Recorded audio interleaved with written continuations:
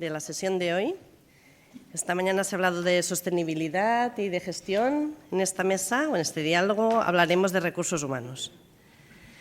Las discusiones sobre recursos humanos habitualmente están más basadas en apriorismos, opiniones y diálogos sesgados que sobre datos. Datos hay pocos, pero haylos, como las megas, ya que tenemos una gallega en la sala. Y estoy segura de que este diálogo irá hoy en este sentido, opiniones basadas en datos y en evidencias. Yo me he preparado como 6 bloques para introducir algunas ideas que estoy segura que irán apareciendo mientras vosotros charléis. El primero, ¿faltan médicos en Europa? ¿Faltan médicos en España? ¿Se ha ajustado el sistema MIR para hacer frente a las jubilaciones que van a haber muy inminentes en estos próximos años? A corto plazo, ¿se podría incluso plantear incentivar una jubilación tardía para salir ahora del bache que va a haber? Otro segundo tema. ¿Faltan enfermeras? O mejor aún, ¿se han de redefinir los roles profesionales y redistribuir las tareas? ¿Se ha de reorganizar la atención sanitaria tal y como se hizo durante la COVID-19 e introducir mucha más flexibilidad tanto en las organizaciones como en la propia administración? Temas legislativos, contractuales, de plazas. Otro tema. Aparte de esto, son temas que no son excluyentes entre ellos, son perfectamente compatibles. Hay tareas que se deberían dejar de hacer, ya que no aportan valor al curso clínico de los pacientes. Hemos de evaluar las intervenciones sanitarias, las tecnologías, las actividades con criterios de efectividad y coste-efectividad. Un cuarto tema. ¿Y el caso de la atención primaria? ¿Qué hacemos? Decimos a menudo que la atención primaria es el centro del sistema sanitario. Sin embargo, actualmente, más del 75% de los médicos del Sistema Nacional de Salud trabajan en hospitales. Parece que esto no es demasiado coherente. Faltan médicos de atención primaria y muy especialmente en algunas zonas geográficas. En Cataluña incluso lo hemos como oficializado de alguna manera y decimos que ya hablamos de las áreas de difícil cobertura, que es como ponerle un título a esto. ¿Cómo podemos hacer más atractiva esta atención primaria? Quinto tema, y mirando hacia Europa, ¿qué está sucediendo? ¿Cuál es la situación en otros países? Y sobre todo, ¿cómo lo están solucionando? ¿Qué podemos aprender de otros países? ¿Competimos los países europeos por los recursos humanos? ¿O el principal competidor es la privada? Y sexto y último, ¿no será que, además de esto que he dicho anteriormente, hemos de tratar mejor a los profesionales sanitarios? El último documento que ha preparado la OMS Europa va en este sentido. Y tratar mejor es pagarles mejor, pero más cosas. En el pack de compensaciones hay muchas más cosas. Yo ahora os daré pie a vosotros. Espera, pues primero os voy a presentar. Tenemos aquí a Beatriz González López Valcárcel. Ella es catedrática de métodos cuantitativos en Economía y Gestión de la Universidad de Las Palmas. Hago un resumen de lo que pone aquí, porque si leo su currículum... ha sido líder en proyectos de investigación del Plan Nacional, de I+D y en proyectos de la Unión Europea. Tiene 6 sexenios de investigación reconocidos por la Comisión Nacional Evaluadora, que es como que decir muy poco, ¿verdad? Ha sido presidenta de la Asociación de Economía de la Salud, presidenta de SESPAS, la Sociedad Española de Salud Pública y Administración Sanitaria. Ha sido condecorada con la Cruz del Orden del Mérito Civil de Sanidad, y ha sido miembro del grupo de trabajo interdisciplinario COVID para el Ministerio y también estuvo involucrado en la gestión directamente en Canarias y Asturias. Ha hecho de consultora tanto en este país como en el extranjero. Y también tenemos a Tomás Zapata, que es licenciado en Medicina por la Universidad de Alcalá y especialista en Medicina de Familia. Es máster por la London School of Hygiene y por la Universidad Complutense. Experto en sistemas sanitarios y muy especialmente en recursos humanos, con más de 13 años de experiencia asesorando a países en temas de política, investigación, ejecución de programas. Ha colaborado con la OMS, con Naciones Unidas y con médicos del mundo en diversos países. Y actualmente es el responsable de la Unidad de Recursos Humanos para la Salud de la Oficina Regional de la OMS Europa. ¿Vale? Pues y ahora os doy paso a vosotros y os pongo como unos deberes. Aquello que cuando acabemos, parece que estamos a punto de haber gobierno en España, ¿no? Que nos podamos marchar de aquí con 2 recomendaciones de 2 acciones que se podrían llevar a cabo de manera inminente. ¿Vale? Las transmitiremos al Ministerio, si os parece. Pues muchas gracias. Muy bien.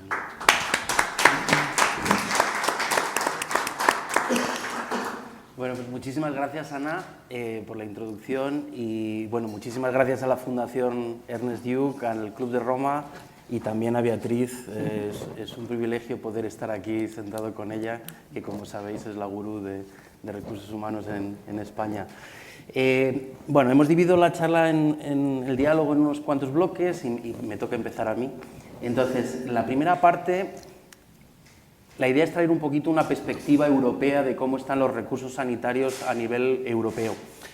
El año pasado publicamos este informe en septiembre, Health and Care Workforce in Europe, Time to Act, que la verdad que tuvo un impacto brutal en los medios de comunicación de los países nórdicos y centrales, en Político, The Guardian, Independent, en muchísimos prensa escrita, y esto nos da una señal de por qué estos países también están teniendo problemas y también están teniendo retos en los recursos humanos sanitarios. De hecho, el The Guardian nos copió, cuando hicimos el press release, la nota de prensa, nos copió el título, que era A Ticking Time Bomb, una bomba de relojería. Y esto salió en portada en un artículo en el The Guardian. Es decir, que la situación de crisis que vivimos en España de recursos humanos no es única, sino que es a nivel europeo. Para dar algunas cifras del informe, nosotros lo que hemos visto es que en los últimos 10 años, del 2010 al 2020, ha habido un incremento del 15% de la densidad de médicos, es decir, del número de médicos por 10.000 habitantes. Si miramos a España, sabemos que estamos por encima de la media, en torno a 45 por 10.000, cuando la media está en unos 37 por 10.000. Es decir, estamos por encima de la media, pero a nivel europeo ha habido un incremento del 15%. Si miramos la densidad de enfermeras, también ha habido un incremento a nivel europeo del 8%, no un incremento tan alto como en medicina, pero también ha habido un 8%. Y en España ese incremento ha sido de un 18%. De un 18%. Ha habido un incremento del 22% en médicos y un 18% en enfermería.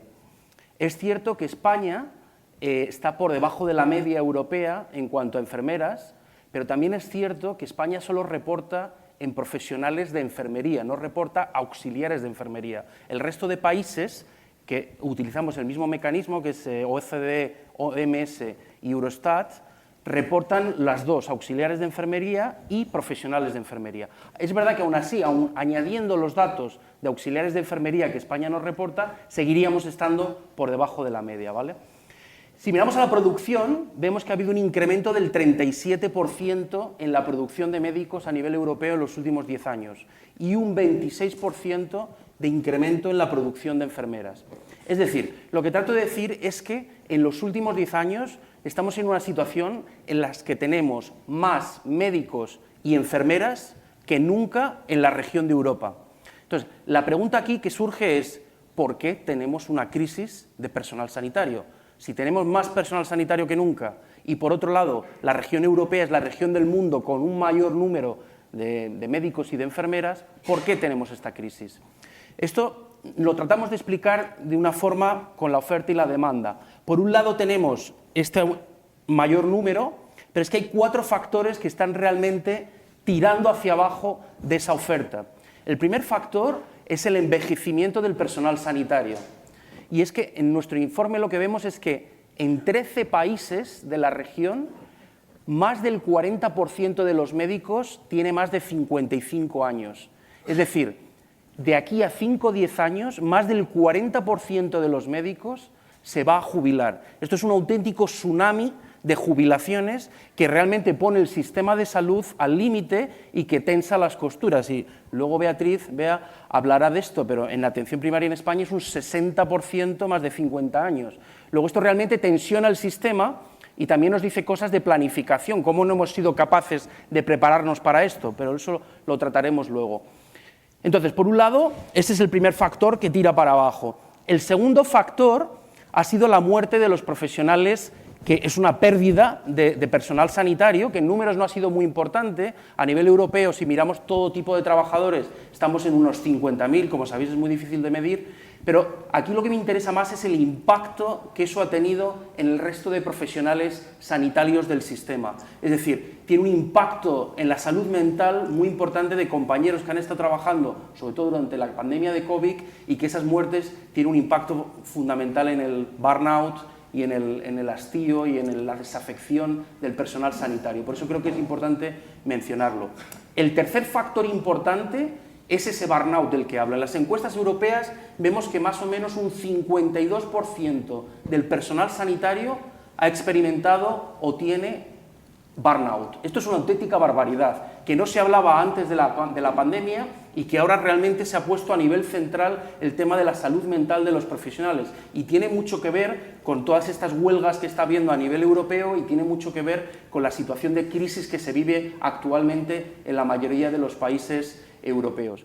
Y el cuarto factor sería la migración, que en algunos países desempeña un papel importante y que también tira para abajo de esa disponibilidad de personal sanitario, pero eso también lo trataremos después. Y por otro lado tenemos la demanda, y la demanda lo que hemos visto es que ha habido un incremento de la demanda de servicios que ya venía de antes del COVID, pero se ha acentuado después del COVID. Y también tiene 4 factores fundamentales. Uno es el envejecimiento de la población, la pluripatología, y luego por otro lado tenemos las listas de espera y los retrasos diagnósticos y terapéuticos acumulados después de la pandemia, que pone un extra de tensión al sistema, y el cuarto factor sería el incremento de expectativas por parte de los pacientes, que yo creo que es algo que es importante porque cada vez lo que vemos es una mayor demanda por servicios, en muchos casos justificados, pero también lo que vemos en muchos casos es un mayor consumerismo de la salud. Queremos todo ahora, inmediatamente, y eso es algo que yo creo que como sistema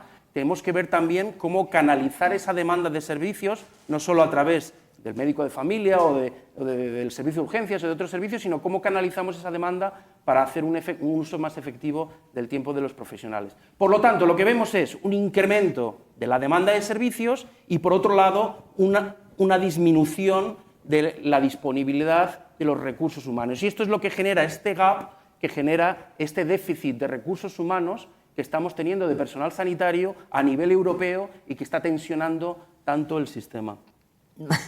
Vale, yo empiezo también agradeciendo la oportunidad de estar aquí, a mis amigos, yo me siento como en casa en la Fundación, también al Club de Roma, y estoy encantada de compartir con Tomás esta sesión, ¿no? A ver, decíamos crisis post-COVID y tal. ¿Cuáles son los elementos de lo que contó Tomás que podrían haber sido previstos de antemano y, por tanto, incluidos en una planificación? El planificar recursos humanos para la salud es una necesidad y es algo que todos los países hacen con distintos métodos, que podemos aprender unos de otros y de hecho lo hacemos. Ahora estamos en un proyecto en el que también está la OMS, se llama Héroes, se llama así el proyecto y es sobre esto, ¿no? Que cómo unos países podemos aprender de otros en la planificación de recursos humanos para la salud. Nosotras tenemos, Patricia Barber y yo, experiencia con los médicos. Bueno, aquí está Vicens, que fue nuestro, por parte del Ministerio, nuestro acompañante, digamos. Y lo que, digamos, nos dice la experiencia en esto es que hay dificultades técnicas en un ejercicio de planificación, sin duda las hay, y son muchísimo mayores en la parte que tiene que ver con la necesidad, con la proyección de necesidad, que en la parte que tiene que ver con la proyección de oferta o disponibilidad. Claro que hay elementos de los que dijo Tomás que eran impredecibles, que iba a venir una pandemia que iba a matar a 50.000 profesionales sanitarios, que iba a haber burnout. Estos son imponderables cuando uno planifica, que afectan a la oferta. Pero lo que es realmente difícil es determinar cuántos cardiólogos por 1.000 habitantes vamos a necesitar dentro de 15 años, que es el horizonte de planificación, porque la tecnología cambia y con la tecnología las posibilidades que tienen los profesionales de ganar salud, que para eso están. Nadie hubiera dicho hace 25 años que harían falta tantos oncólogos, porque el cáncer no era una enfermedad cronificada como ahora y donde hay primeras, segundas, terceras, cuartas líneas, ¿no? Y entonces hay dificultades técnicas, pero sobre todo hay dificultades de valoración. ¿Qué expertos se eligen para determinar, digamos, estándares de necesidad? ¿Vale? Y eso es lo más discutido siempre de los trabajos de planificación que hacemos, ¿no? ¿Qué sabemos de nuestro ejercicio de planificación de la versión de 2022, que es la que tenemos publicada en el Ministerio? Básicamente que la situación en España es que efectivamente hay muchos médicos en densidad de población, pero que hay déficit en determinadas especialidades y sobre todo en determinadas zonas. Nunca le faltará un especialista al Hospital Clínic de Barcelona, jamás ocurrirá esto, porque va a cobrar lo mismo que el mismo especialista que trabaja en un hospital comarcal de Lleida, y resulta que en este país los profesionales jóvenes tienen fuertes preferencias por plazas en entornos urbanos, en grandes hospitales docentes, etc. De modo que lo primero es, digamos, aunque los números globalmente nos dicen puede haber déficit global en algunas especialidades y superávit global en algunas otras, lo cierto es que hay que bucear en la distribución.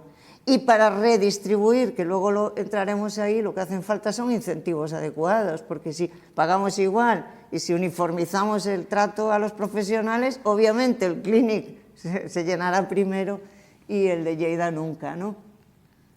Y entonces, ¿de qué especialidades faltan médicos? Básicamente de medicina de familia. Ahí está el gran problema ahora. Entonces, ¿cómo sé que faltan médicos? Pues porque hay plazas que no se cubren, pues porque es evidente, ¿no? Digamos, medimos el déficit de alguna manera como una proyección de que va a ir aumentando hasta el año 2028 y en ese momento van a faltar 9.000 médicos de familia en España, que es mucho. Pero entonces, porque hay déficit, si están saliendo 2.800 casi, en 2.000 no me acuerdo, plazas de medicina de familia, pues hay déficit porque es una especialidad, medicina familiar y comunitaria, poco preferida por los médicos jóvenes. A veces quedan plazas vacantes y tienen que cubrirse con exceso de cupo, o sea, con extracomunitarios fuera de cupo. Y antes había el fenómeno de la recirculación, uno sacaba familia y como no quería, pues se examinaba al año siguiente, ahora es menos frecuente esto. Y sobre todo, una vez que terminan la especialidad, pues se van fuera de los centros de salud, se van a ¿dónde? A urgencias de hospitales, que es lo que desean, ¿no? O también a la privada, que compite mucho con la pública. La buena noticia es que el déficit va a disminuir paulatinamente a partir de 2028, básicamente porque han salido muchas plazas MIR en las últimas 2 convocatorias y porque, afortunadamente, esa gran cantidad de médicos mayores de familia se van a ir jubilando a un ritmo enorme, a un ritmo muy, muy, muy acelerado. Y esto es una excelente noticia. En la medida en que la especialidad rejuvenezca, de ahí va a venir savia joven que va a ser capaz de acometer reformas que las personas de cierta edad no pueden acometer, ¿no? En otras especialidades, pues sí que hay déficit y puede agravarse un poco en los próximos años, pero no es tan importante como el de medicina de familia, ¿no? No sé si en parte podríamos entrar quizá a lo de movilidad, porque tiene que ver con la solución y con el problema, ¿no? Sí, en movilidad ha salido en las mesas de esta mañana la importancia de la movilidad internacional de los trabajadores sanitarios. Por dar una perspectiva global, desde la pandemia ha habido un incremento del 27% en la movilidad internacional de médicos y de un 79% en la de enfermeras. Es decir, la movilidad ha aumentado, la migración de médicos y enfermeras ha aumentado y esto en algunos países tiene un impacto muy importante. Por poner un ejemplo, Rumanía, por ejemplo, que es un país de la Unión Europea, si miramos a los datos, es el 5º mayor productor de médicos a nivel europeo de 53 países. Pues la región de Europa de la OMS va desde Asia Central hasta la Unión Europea. Es el quinto mayor productor, muy por encima de la media. Sin embargo, cuando miras a la disponibilidad de médicos, está muy por debajo de la media europea. Y cuando empiezas a ver dónde están esos médicos, pues ves que hay 5.000 médicos en Francia, rumanos, 4.000 médicos rumanos en Alemania, 3.000 en Israel, 2.000 en Reino Unido. Es decir, es un problema muy importante para Rumanía la migración de médicos. Por eso decía que tiraba muy para abajo. Incluso en países más pequeños, en Albania, por ejemplo, estamos teniendo un diálogo con el ministro, porque claro, en Albania, un país muy pequeño, donde tú te llevas un cirujano cardiotorácico, significa probablemente que tengas que interrumpir el servicio en todo el país. Y la semana pasada el ministro pasó una nueva ley por la cual los médicos tenían que quedarse ejerciendo obligatoriamente 5 años después. Y si se quieren ir antes, tienen que devolver el dinero de la formación. Esto ha sido una bomba, por supuesto, y habrá que ver el impacto que esto tiene, pero para entender la importancia de la movilidad internacional. Y dentro de España, yo creo que es muy importante, y Beatriz lo ha estado diciendo muchísimas veces, pero yo creo que es importante recalcarlo, España es un importador neto de personal sanitario. Es decir, España es el sexto mayor reclutador de médicos internacionales a nivel mundial, después de Estados Unidos, Reino Unido, Canadá, Alemania y luego España. O sea, España es el sexto, no me acuerdo el quinto, pero España es el sexto, con un 4%. Es decir, quitémonos esa idea de que la mayoría de los médicos españoles se están yendo fuera, que si no mejoramos las condiciones de trabajo y no miramos a todos esos aspectos de mejorar esas condiciones, puede ser que en un futuro nos encontremos en una situación similar, pero actualmente no es el caso. Sí. ¿Saben cuál es la Facultad de Medicina Mayor de España? Seguro que dirán la de Santiago, porque es la que saca más egresados, ¿verdad? Bueno, pues no, ni de broma. En España se gradúan al año pues en torno a 6.000 y pico médicos, y este año 2023, y estamos en noviembre, ya se han homologado 8.300 títulos de medicina. 8.300 títulos de medicina de países extracomunitarios, fundamentalmente Latinoamérica. O sea, ¿qué es lo que tenemos? Lo que tenemos es una enorme movilidad internacional hacia España de graduados en medicina no especialistas, que por tanto no pueden ejercer la práctica médica en la red pública en España, sí en la red privada, pero no en la red pública. Una parte muy pequeña hace el MIR, viene a España a hacer el MIR, a especializarse y eventualmente a seguir en España o retornar o lo que sea. Pero la masa, la gran mayor parte de estos médicos se colegian. En Barcelona, más de la mitad de los nuevos colegiados en el Colegio de Barcelona son extranjeros. ¿Y dónde están entonces? ¿Dónde creen que están? ¿En dónde? Bueno, están una parte en la privada y son una mano de obra barata porque las retribuciones que cobran no son las mismas que las de sus homólogos españoles, pero en parte también han sido reclutados por el sistema público porque en caso de extrema necesidad, si no hay médicos de familia con el título, pues acaban contratando eventualmente a médicos latinoamericanos sin título de especialista. Y esto es una carga de profundidad de nuevo contra la medicina de familia que contribuye todavía más a agravar la crisis que ya tiene, ¿vale? Entonces, la leyenda urbana de que los médicos españoles emigran, ya lo ha dicho Tomás, ya lo ha dicho esta mañana Manel, es mentira. Es mentira. Piden certificados de idoneidad al colegio de médico, que es una condición necesaria pero no suficiente, que caduca a los 3 meses, que tienes que pedir una por cada país al que quizá vayas y que las pides para hacer pues, cooperación internacional, para ir a hacer un curso de una semana, en fin, para cualquier cosa. Entonces, claro, que se pidan 2.000 certificados no quiere decir que se vayan 2.000 médicos, ¿vale? Y, obviamente. Lo digo y con esto llamo la atención sobre un hecho importante. Cuando tú planificas, cuando haces un ejercicio de planificación, te encuentras con muchos grupos de interés. Y estos intereses, digamos, son contrapuestos. En este país las comunidades autónomas lo que quieren, sus departamentos de recursos humanos, es que haya, como hubo antaño, una bolsa de médicos en paro y tirar de teléfono para decir, ven que te doy un contrato de 2 días de fin de semana. Esto sería el ideal. Estoy un poco haciendo parodia, ¿no?, de la situación. Pero claro, frente a esto, lo que quiere, digamos, los colegios de médicos, las organizaciones corporativas profesionales y los estudiantes de medicina, lo que quieren fuertemente es que se restrinja la entrada a la profesión.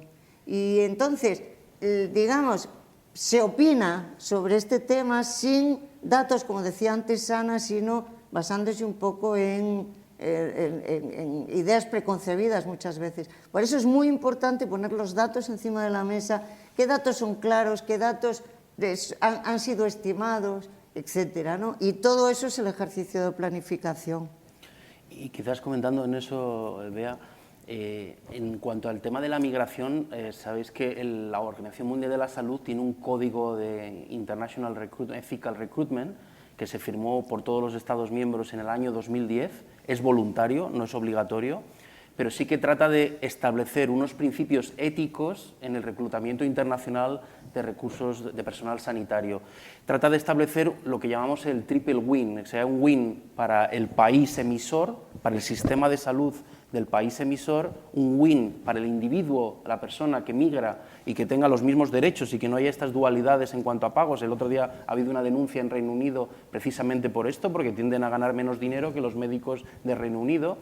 Y luego un win para el país destino, ¿no? Esto que resulta muy bonito en la teoría es muy difícil y es realmente complicado llevarlo a la práctica. Pero lo que sí que es claro, y creo que esta mañana ha salido en la mesa también, es cómo los países, sobre todo los que atraen grandes números, van hacia una mayor sostenibilidad de su personal sanitario. En Reino Unido esta mañana, Andrew lo mencionaba, Reino Unido ha dependido durante muchos años de la inmigración de personal sanitario y ahora se ha dado cuenta que esto es un reto muy importante. Entonces nosotros desde la OMS lo que estamos trabajando con países, con Alemania, con Reino Unido, con Irlanda, es cómo evalúan la planificación su health labor market, su mercado laboral sanitario, ven dónde están, miran a futuro cuáles serán las necesidades en 10, 15 años y empiezan a actuar ahora, ¿no?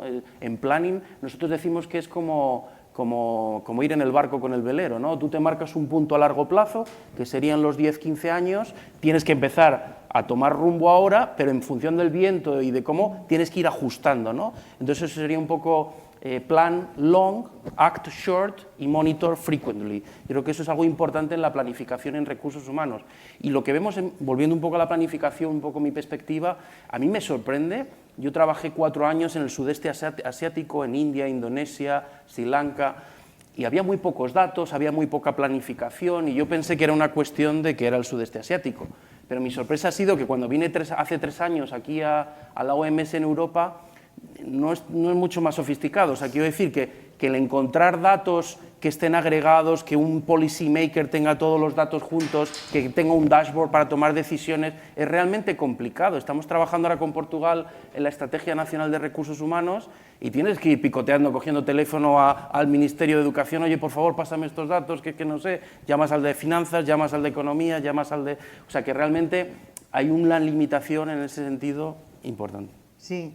Claro, los datos son la base para hacer un estudio objetivo, ¿no? En España estamos intentando sacar adelante el registro estatal de profesionales sanitarios y lo que pasa es que cuesta porque hay problemas de todo tipo, no vamos a entrar en eso, Vicens lo sabe perfectamente. Cuando tengamos el registro, que va a tener incorporados todos los profesionales en activo disponibles, con información micro detallada, dónde trabajan, en la privada, en la pública, eso será perfecto. De momento, ¿qué tenemos que hacer? De momento lo que tenemos que hacer es recabar información primaria de la red pública y esto lo hacemos bien, pues porque conseguimos con digamos, un protocolo estandarizado de recogida de información. Cada comunidad autónoma, desde el Departamento de Recursos Humanos, nos manda la información de a cuántos médicos les ha pagado la nómina el mes de referencia, sean interinos, sustitutos, temporales, lo que sea, ¿no? por especialidad, por tramo de edad y sexo, si son españoles o extranjeros, si estudiaron aquí o fuera y si están a tiempo parcial o completo. Es decir, la foto del mes de referencia de la red pública la tenemos muy completa y es muy fiable, extremadamente fiable. Ya solo eso es un output interesante de nuestros informes, porque de alguna manera en este país, como no se publica esa información, y como lo venimos haciendo, hemos hecho ya 5 ediciones, pues de alguna manera es como un registro en 5 momentos distintos de tiempo de lo que hay en la red pública. Pero claro, ¿y la red privada qué? O sea, ¿qué porcentaje de médicos tenemos trabajando en la red privada a la vez que en la red pública o únicamente en la red privada? Para dar ese número por especialidad y una estimación por tramos de edad y sexo, para eso tenemos que componer un puzzle con muchas piezas.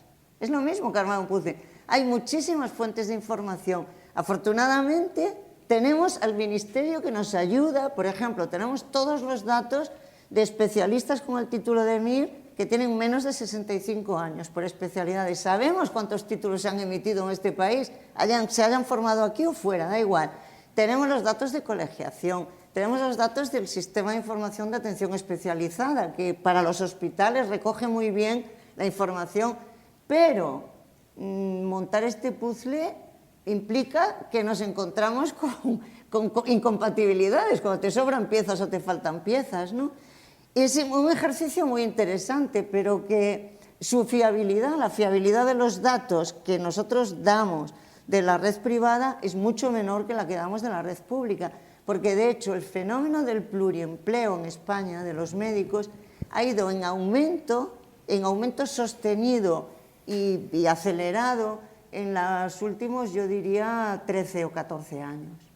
El Sistema de Información de Atención Especializada nos dice para muchas especialidades qué número de médicos hay trabajando en la red pública y qué número de médicos hay trabajando en la red privada. Pero obviamente algunos estarán contados en los dos sitios porque la información la mandan de los hospitales. Entonces, el saber el porcentaje de práctica privada en España es algo que no conseguimos. Sí lo sabemos para algunas especialidades, por ejemplo, para cardiología, porque con cardiología hemos hecho una encuesta a los cardiólogos, a toda la Sociedad Española de Cardiología, y tenemos información detallada, de grano fino, y lo que tenemos son porcentajes de pluriempleo importantes. Lo tenemos, por ejemplo, para Las Palmas, porque tenemos los datos de colegiación en Las Palmas, pero es un reto para una planificación de recursos humanos saber a ciencia cierta pues cuál es la entidad del problema, cuántos médicos se están compatibilizando, porque implica también una caída de productividad de alguna manera. No trabajas igual de 8 a 3 si a las 3:30 entras a trabajar otras 8 horas en otro sitio, ¿no? Entonces, bueno, esto en cuanto al agujero de la privada, le llamamos aquí en el guión, es que tenemos una chuleta para nosotros, y en el guión tenemos apuntado el agujero de la privada, ¿no? Que no sabemos. Y entonces pasamos... Igual complementando en eso rápidamente, yo creo que es importante, por un lado, la información cuantitativa, como Bea decía, y en planificación en muchos sitios se hace por headcount, por número de personas, sí. Pero yo creo que tenemos que movernos hacia un full-time equivalent, por lo que decía Bea, porque hay gente que trabaja en 2 trabajos, igual trabaja 150%, pero hay gente que coge cada vez más con las generaciones jóvenes que valoran mucho más el work-life balance, que prefieren trabajar un 60% con una reducción de jornada y al menos mantengo en el sistema durante un 60% a esa persona, ya que tenemos pocos, vamos a adaptarnos a los intereses de los profesionales. Entonces, cada vez más yo creo que es importante tener esto por el lado cuantitativo, el full-time equivalent, y luego también yo creo que necesitamos información cualitativa, es decir, si estamos hablando que el burnout es importante, que el intention to leave, los trabajadores queriendo salir del sistema, que la satisfacción está cayendo según el barómetro sanitario como oíamos esta mañana, necesitamos tener encuestas estandarizadas que se pasen de una forma regular para que nos permitan evaluar la efectividad de las políticas que pongamos en marcha para intentar address ese tipo de situaciones. Luego, yo creo que también la información cualitativa es importante y a nivel europeo. Estamos trabajando ahora con la presidencia europea de Bélgica, que va a ser de enero a junio de este año, para intentar poner esto a nivel de Unión Europea, de países de la Unión Europea. Y ahí enlazamos ya con gestión y gobierno. De gobierno. Entonces, ahora sería un poco venir a las soluciones. Gracias, Bea. Y como veis, Bea va en digital y yo voy en papel. Aquí hay un trastoque generacional importante. Pero al revés. Debería ser yo con la digital y tú con el papel. Bueno, entonces, un poco las soluciones, trayendo un poco, después del informe que sacamos y con todo ese policy space que generamos y esa atención mediática, lo siguiente que hicimos fue organizar una reunión regional en Bucarest con 50 países. Tuvimos 8 ministros de salud, tuvimos todos los directores generales de recursos humanos en salud. O sea, realmente fue una reunión importante con 270 personas y donde pasamos la declaración de Bucarest, que era una declaración que firmaron todos los participantes con collaborating centers, academia, también estaban representantes de sociedad civil, en la que se hizo una especie de comunicado, de declaración, para fortalecer los recursos humanos a nivel europeo. Otra vez intentando generar esa advocacy, ese momento, esa ventana de oportunidad que nos permita cambiar cosas a nivel de país. Después de eso, un grupo de países tomó la iniciativa, Rumanía específicamente, y ha sacado adelante una declaración que se aprobó hace 10 días en Astana, en Kazajstán, que tuvimos la reunión regional en Kazajstán, y por unanimidad los 53 países y 37 países co-sponsoring, es decir, con un apoyo mucho más comprometido. Y di que estaba Rusia y Ucrania. Y estaba Rusia, Eso no lo has Ucrania, dicho. Azerbaiyán y Armenia, Israel. O sea, realmente fue un encaje de bolillos para sacar la declaración adelante. Hemos aprendido mucho de diplomacia internacional, pero realmente te cuenta algo, fue la única resolución que salió adelante. La única. ¿Por qué? Porque todos se sienten identificados con los mismos retos, con mayor o menor magnitud, con un foco en esto, un foco en lo otro. En Italia, por ejemplo, el problema no son los médicos de familia. En Italia los problemas son los cardiólogos y los anestesistas, porque las generaciones jóvenes ven que un cardiólogo, o sea, un cirujano general y anestesista. Un cirujano general se hace 8 guardias al mes. Y las generaciones jóvenes dicen, yo no me quiero hacer 8 guardias al mes más mi jornada laboral y trabajar 65 horas semanales. En las plazas MIR, el otro día me lo decía el viceministro de Italia, lo que nos cuesta cubrir es cirugía general y anestesia. Es decir, cada uno tiene sus cosas, pero al final hay un común denominador. Y en esta resolución que hemos sacado, hemos pasado un framework for action para cómo podemos mejorar los recursos. Y en el pilar central no hemos puesto la educación, la supply, hemos puesto los trabajadores de salud y la retención, que suena fatal en castellano, retención, pero es básicamente en cómo podemos mantener el personal sanitario que tenemos en el sistema. O sea, necesitamos tener gente motivada, trabajando y lo que decíamos antes, con una alta motivación intrínseca. ¿Cómo mantenemos esa motivación intrínseca para que los trabajadores sigan contribuyendo como han estado contribuyendo para los buenos resultados del sistema de salud español? Y ahí mejorar las condiciones laborales es un tema importante en cuanto a carga de trabajo, en cuanto a número de horas trabajadas. Los junior doctors que se reunieron en Murcia la semana pasada han abierto un caso en la Comisión Europea por la directiva de número de horas trabajadas. Es decir, esto va a seguir saliendo con las generaciones jóvenes cada vez más. Flexibilidad del horario laboral. ¿Por qué tenemos que tener una straitjacket, un único contrato para el servicio público que no se adapta a los distintos intereses de los profesionales? ¿Por qué no ponemos distintos tipos de contratos en función para que la gente pueda priorizar cuáles son sus preferencias? Y luego, aquí en la retención es fundamental lo que comentaba Bea también, del área rural y las zonas de difícil cobertura.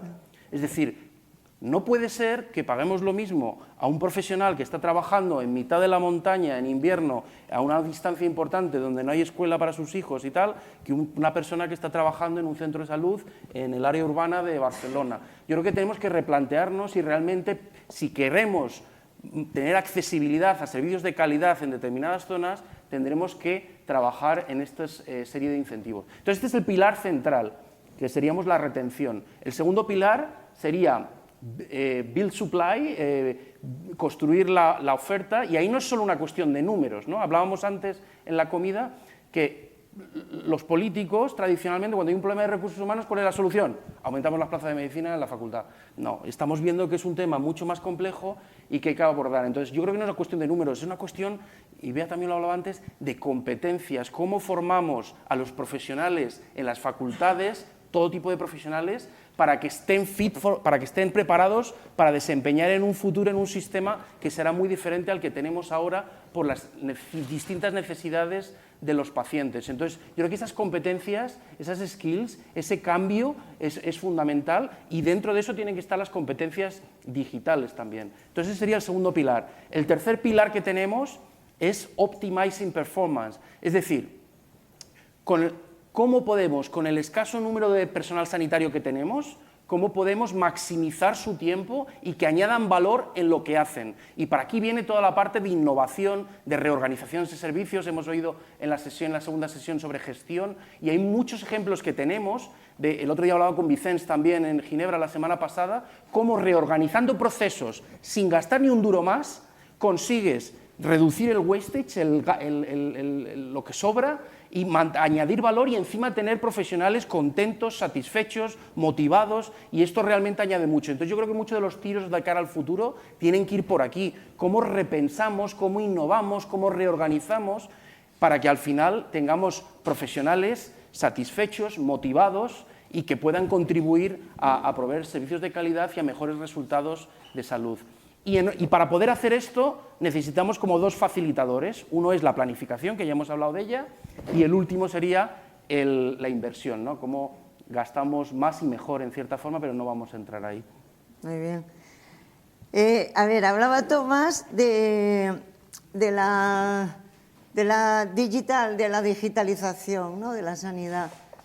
A ver, hay miedo en algunos profesionales de que la inteligencia artificial les quite terreno, ¿vale? De que sustituya, como pasó con la revolución industrial, la máquina sustituya al hombre.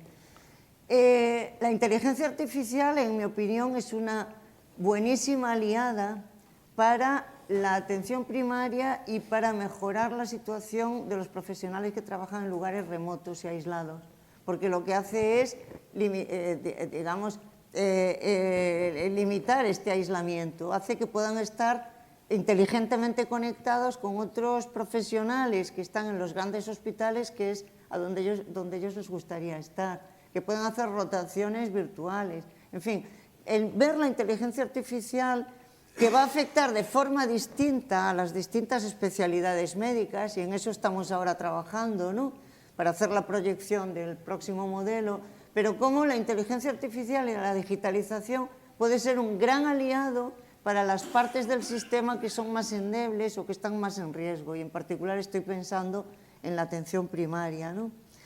Y enlazo con otra parte endeble del sistema, que es el sesgo de género en medicina. A ver, hoy en día el 70% de los estudiantes de medicina en España son mujeres, son chicas. Y más de la mitad ya de los médicos colegiados en España son mujeres. Ya hemos pasado la barrera del 50% hace un par de años, ¿vale? Entonces las médicas son médicas más que médicos. En un proyecto muy bonito, se llama WOMEDS, o sea, Women in Medicine in Spain, que acabamos de publicar los resultados de este proyecto en una revista, Human Resources for Health. Lo que estudiamos fue, a ver, estas mujeres médicas, que son la mayoría, ¿están igualmente tratadas que los hombres o hay cierta discriminación, cierto sesgo de género en la profesión médica en España? Lo que hicimos fue mirar visión de 360 grados en 4 ámbitos. Y estos 4 ámbitos son, primero, la asistencia sanitaria, que lo vimos solo en la red pública, con información primaria que pedimos a las consejerías de sanidad de las comunidades autónomas. Nos contestaron 17. Ahí preguntábamos, a ver, ¿cuántos médicos tienen en las distintas especialidades? ¿Cuántos FEAs, digamos? ¿Cuántos adjuntos? Y el jefe de servicio, que es hombre o mujer, y el jefe de sección, que es hombre o mujer. Y así agregamos datos y calculamos lo que llamamos el woman ratio. El woman ratio, que es qué porcentaje de mujeres, o sea, qué porcentaje de puestos de liderazgo están desempeñados por mujer, por ejemplo, qué porcentaje de jefes de servicio son mujeres, y debajo del denominador qué porcentaje del colectivo son mujeres, de los FEAs, por ejemplo, ¿no?, de los adjuntos. Entonces, el primer setting era este de asistencia sanitaria en la red pública. El segundo era academia, universidades. A ver, miramos catedráticas y catedráticos de universidad, con plazas vinculadas o no. Miramos decanos y jefes de departamento y miramos profesores con contratos temporales y a tiempo parcial, hombres y mujeres. El tercero era investigación competitiva, proyectos del Instituto de Salud Carlos III relacionados con biomedicina en las distintas convocatorias, y el IP si era hombre o mujer y cuánto dinero daban a los proyectos liderados por hombres y por mujeres. Y por último, el cuarto era liderazgo y representación en las sociedades médicas. En España hay 46 sociedades médicas que están agrupadas en FACME, ¿no?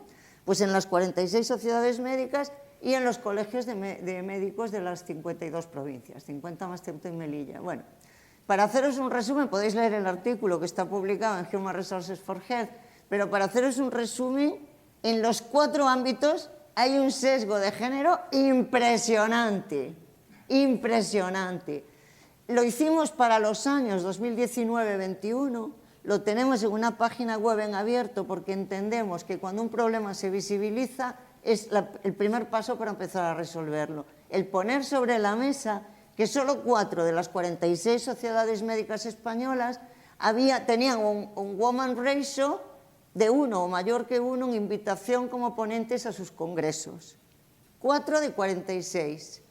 Cuando solo 7 de los 52 colegios de médicos tienen una mujer presidenta. Las mujeres están en el equipo directivo como tesoreras o como secretarias o vicepresidentas, pero presidentes solo 7 mujeres de 52. En todas las especialidades que estudiamos y en todas las comunidades autónomas, salvo una, que es Navarra, lo digo, la proporción de jefas de servicio en los hospitales públicos estaba infrarrepresentada a la mujer respecto a lo que le tocaría por el colectivo. Y por último, ya en la Universidad de Moledor, bueno, los proyectos no lo dije, la Universidad de Moledor, porcentaje de catedráticas con plaza vinculada, no me acuerdo de memoria, pero, o sea, tremendo, ¿no? Incluso en los proyectos del Carlos III no había discriminación en cuanto a concesión a mujeres y a hombres IP, pero las mujeres que tenían un proyecto tenían un 24% menos de financiación que los hombres. Pedían menos dinero, no es que les dieran menos, es que pedimos menos. Entonces, bueno, ¿cómo arreglar esto? Porque es que es demoledor la situación. Entonces, claro, estamos en un país con una profesión muy feminizada, donde no hay liderazgo femenino. Y entonces entendemos que es un problema el de poner este fenómeno sobre la mesa e intentar poquito a poco ir reconduciéndolo con cosas como las mentorías por parte de médicas, de otras colegas, como ser conscientes por parte de las sociedades científicas de que existe este sesgo y conscientemente también hacer los programas de los congresos de otra manera. Lancet tiene una iniciativa, cuando se dio cuenta de que pasaba esto, también con lo que publicaban ellos, pues Lancet sacó como una sección, como una organización paralela que es Lancet Women, ¿no?, para remediar esto. Entonces, ¿esto va a afectar a los recursos humanos en salud en España? Claro que le va a afectar, porque si las mujeres no están suficientemente reconocidas o en posiciones de liderazgo, de alguna manera también van a, dependiendo de cuál sea la causa de esto, pero podría haber un riesgo de desafección hacia el sistema, de desmoralización, de desentenderse, y claro, son más de la mitad de la fuerza de trabajo. Entonces, bueno, este era un punto que queríamos... Y ya, reforzando la idea de Bea, a nivel europeo y global, hay 2 informes que creo que son fundamentales. Uno de ellos es Delivered by Women, Led by Men, que el título yo creo que es spot on, lo clava, ¿no? Delivered by Women, Led by Men. 3/4 de los trabajadores sanitarios a nivel europeo son mujeres. Y, sin embargo, en las posiciones de liderazgo queremos utilizar a Bea y a su equipo para hacer el mismo estudio o parecido a nivel europeo, porque lo habíamos planificado y nos viene de miedo, porque yo creo que va a salir más o menos lo mismo. Y el segundo informe es el Gender Pay Gap en el sector salud, que salió el año pasado. Hay un 24% de Gender Pay Gap a nivel global en el personal sanitario. O sea, yo creo que totalmente de acuerdo con Bea en la necesidad de trabajar en esta dimensión.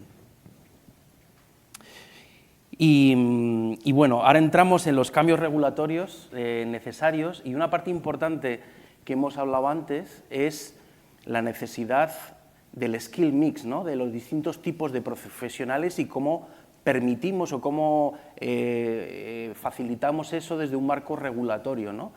Lo que estamos viendo cada vez más es que cada vez hay más perfiles profesionales y que hay determinados perfiles que podrían tener un rol más avanzado en lo que hacen. Y estoy pensando en enfermería, por ejemplo. En muchos países la enfermería tiene un rol muy avanzado en la provisión de servicios de muy diverso tipo, desde la prescripción, pero en muchos otros ámbitos. Entonces, esto es una parte que realmente se podría trabajar mucho más. Justo hoy lanzamos un technical brief que es sobre Advanced Roles of Nurses a nivel europeo, y yo creo que es muy interesante porque describe algunas de las buenas prácticas en distintos países de cómo la enfermería realmente tiene un peso importante. Y en muchos países está muy vinculado al género también, es decir, si miras a Asia Central, lo que vemos es que al final las enfermeras tienen un rol súper bajo y muy disminuido, y tiene mucho que ver con el tema de género. Entonces, y luego yo creo que también todo el tema de equipos, ¿no? También el otro día, la semana pasada, lo hablábamos, que cuando reorganizamos todos estos procesos de los que hablábamos, no es una cuestión de un único profesional sanitario, es cómo traemos a la mesa a distintos tipos de profesionales para que identifiquen cuáles son los bottlenecks, cuáles son los retos, cuáles son las dificultades, y buscar las soluciones conjuntamente en equipo. Y yo creo que esto también vincula muy directamente a la educación interprofesional. Es decir, la educación hasta ahora ha sido muy en silos, muy en silos. Cada profesional se educa en lo suyo, pero no enseñamos a las nuevas generaciones a trabajar conjuntamente. Y en esto quiero poner un ejemplo, por ejemplo, de Israel. En el Shaba Hospital, estuvimos visitándolo el año pasado, cuando evalúan a los médicos, tiene un Simulation Center nacional, que es una pasada, cuando evalúan al médico para ver si pasa o no pasa, si aprueba o no aprueba, no le evalúan a él únicamente, va con todo el equipo. Es decir, están observando al médico interactuando con todo el equipo de enfermeras, de celador, de tal, y evalúan todas las competencias necesarias para que al final eso funcione. O sea que yo creo que tenemos que pensar mucho más en equipo, en advanced roles de distintos profesionales. Bélgica ha introducido un mid-level provider, es decir, ha introducido un physician assistant, para que empiece a hacer algunas de las tareas que los médicos de familia no llegan a hacer. O sea, yo creo que tenemos que abrir un poco la mente en esto y pensar cómo podemos establecer un marco regulatorio para que estas cosas puedan suceder. Claro, y en España tenemos un problemilla con la regulación macro, ¿no? Porque tenemos una ley de profesiones sanitarias que define las profesiones sanitarias y son las que son. Y todas esas profesiones que están a la puerta para entrar y que son necesarias para el sistema quedan fuera, ¿no? Y claro, es importante cambiar el marco regulatorio, no solo por la lista de profesiones sanitarias, que homologarnos a Europa, sino también por la definición de roles profesionales y de la posibilidad de delegación de responsabilidades, etc. A nadie se le escapa que en este país todavía no está bien resuelto el tema de las competencias profesionales y que hay mucho corporativismo en profesiones, por ejemplo, entre médicos y enfermería. ¿Cuánto costó la prescripción enfermera, ¿no? O entre enfermería y auxiliares de enfermería, que los auxiliares de enfermería no pueden meter nada en el cuerpo, no, eso es de las enfermeras. Y esta visión tan corporativista acaba haciendo que el sistema funcione mal, porque encaje mal en las tareas. Esto implica un proceso relativamente largo, pero que tiene que estar liderado, pues bien liderado, ¿no? Digamos, de redefinición de tareas profesionales y de trabajo en equipo, incorporando esas nuevas profesiones. Y hablando de regulación, aquí teníamos apuntado un tema que ya todo el mundo sabe que va a salir, que es el tema de la regulación de las relaciones laborales, ¿no? O sea, estamos en un país donde hay una enorme competencia por captar talento profesional entre la red pública y la privada. La red privada está presionando mucho porque ha crecido mucho y necesita reclutar a buenos médicos y menos enfermería, pero también, ¿no? Y claro, y no puede competir la red pública porque no tiene herramientas de gestión capaces de dar a cada uno las condiciones laborales según las preferencias, antes lo decía Tomás, ¿no? Con un sistema público en el que el profesional sanitario es un funcionario y no está diferenciado del jefe de negociado de multas, como decía esta mañana Manel, ¿no? Pues mal puede competir con una red privada que hace un menú para cada persona en una negociación pues más o menos personalizada. Sí que hay ejemplos, y yo los conozco de cerca en España, de, digamos, la ley está ahí, pero de alguna manera se puede hacer un cierto bypass, un cierto sorteo de la rigidez de la ley. Estoy pensando en el Hospital del Hierro. El Hierro es una isla con 7.000 habitantes, tiene un hospital con muchos servicios, porque, claro, y bueno, nunca les faltan cardiólogos, ni les faltan radiólogos, no les faltan médicos, pero ¿y por qué? ¿Dónde está el secreto? Pues el secreto está en una negociación bilateral con cada profesional al que se le ofrecen condiciones como, por ejemplo, tú trabajas aquí una semana y te vas una semana donde quieras y por aquí ni apareces. Y entonces hay personas, hay profesionales jóvenes a los que interesa este ritmo, esta forma de trabajar. Esto no es muy fácil dentro del marco regulatorio del país, ¿no? Un marco regulatorio, además, que tiene detrás lo del estatuto, ¿no? A ver cómo lo digo, es que se está grabando y... Es que, a ver, dilo tú. No. Dilo tú. A ver. Dilo tú. No, tú, bueno, lo digo yo. A ver, el estatuto marco de los profesionales sanitarios, digamos que impone restricciones que son malas para el sistema y que entonces por lo menos habría que pensar en cómo modificarlo, en cómo cambiar. Vamos a ver, ¿el objetivo cuál sería? El objetivo sería tener un marco flexible y abierto de relaciones laborales, donde hubiera capacidad de negociación con los profesionales sobre la base de lo que a los profesionales les interesa individualmente y no tanto ofrecer contratos estándar uniformes. Esto, obviamente, a nadie se le escapa que hay fuerzas importantísimas que se opondrían, ¿no? Que se opondrán. Y estas fuerzas provienen básicamente de distintos lugares y uno de ellos es la propia profesión médica en el colectivo que ya está funcionarizado. A ver si me explico bien. Tenemos una fuerza laboral, digamos, dual. Hay unos profesionales que tienen contratos precarios y sobre todo que están al albur de las decisiones de los que mandan, que los pueden mandar con comisiones de servicio a un sitio o a otro, no digo a su antojo, pero a su libre albedrío, ¿no? Y tenemos otros que tienen plaza en propiedad en un centro determinado y con horario, por ejemplo, de mañana. Yo soy propietario, es una expresión que se usa, yo soy propietario de mi plaza. Claro, en un sistema público, los que defendemos la sanidad pública, nos parece un poco paradójico que exista esta figura de una plaza privatizada, ¿vale? Entonces, ese digamos que para mí, antes Ana nos decía, bueno, si hubiera que tirar de un hilo, ¿de dónde tirarías? Yo creo que este hilo de las relaciones laborales es el primero del que tirar, porque nuestros pero yo no estoy en el sistema, ¿no? Pero los competidores de la red pública, que son los centros privados atractores de talento, sí que tienen esta capacidad y sí que ofrecen una variada gama de posibilidades de relaciones contractuales, que puede ser a través de empresas interpuestas, que puede ser, en fin, una gama enorme de posibilidades, ¿no? Claro, tú no puedes competir por un recurso escaso, que es el talento, pues sin tener armas, ¿no? Es como si a un médico de enfermedades infecciosas le dicen, oye, tú puedes tratar al paciente con lo que quieras menos con antibióticos, ¿vale? Oye, si no me das antibióticos, ¿cómo lo curo, no? Si no me dejas, digamos, tener holgura en el gobierno de los recursos humanos, no le llames gestión, llámale administración. Como dice Vicente, administrar es aplicar reglamentos y gestionar es poner los recursos allí donde hacen falta, ¿no? Entonces, esto era un cambio regulatorio de los que nos preguntó Ana, que es importantísimo. Es importantísimo y requiere contrato social, de alguna manera, ¿no?